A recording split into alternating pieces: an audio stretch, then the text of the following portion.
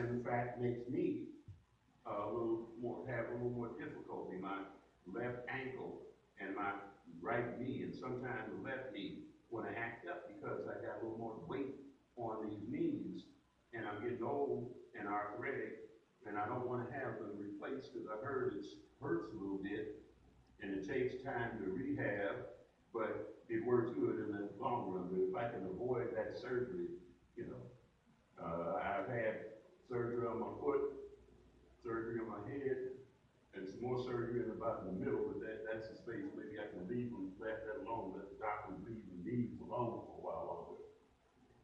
A person who abstains from sexual relations, that's what celibate life is, abstaining or pertaining to sexual abstinence for a religious vow not to marry. These people were taking truth that you should control and discipline your flesh. They were trying to teach that you should totally not be involved in any sexual behavior at all. That to be a Christian, you shouldn't even be married. To be a Christian, you should be celibate for life.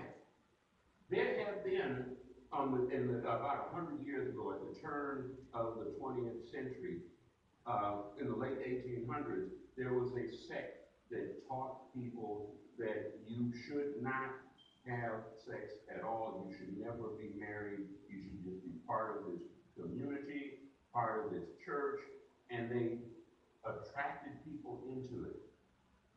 And that what they found, those that were so disciplined that they believed that and they continued to live that kind of a life, eventually they died and there were no children to take their place. So that church faded out of existence.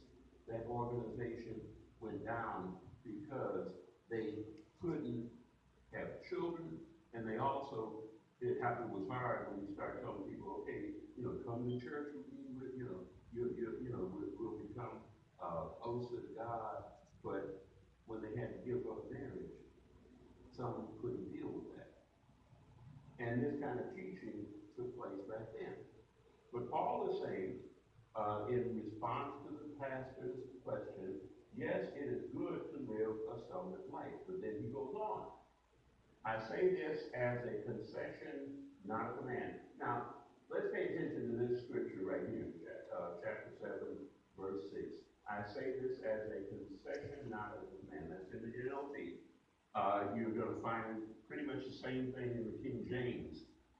I'm using NLT not because it contradicts with the King James. It just explains it in more detail. It's easier to understand because when we are studying the King James translation, we are working with English from 400 years ago. Now, it has been upgraded a little, got about one upgrade in 400 years. Now, your computer or your cell phone gets upgraded every few months.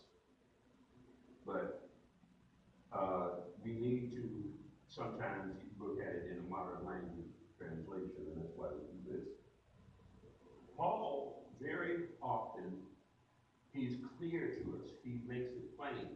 If he is telling us something that God commanded, he makes it clear. You're going to see that this commandment came from God. There were some questions in the original letter to Paul. We don't have that letter. He didn't keep a copy. They didn't make copies of it and pass it around like they did the copies of Paul's letter back to the Corinthians.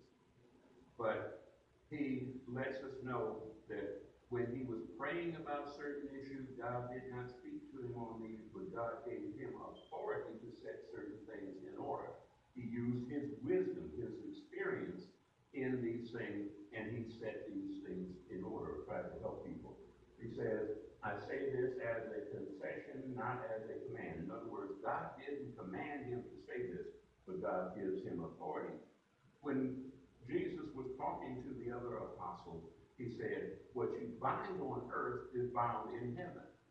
So I'm going to give you, apostles, some authority to set things in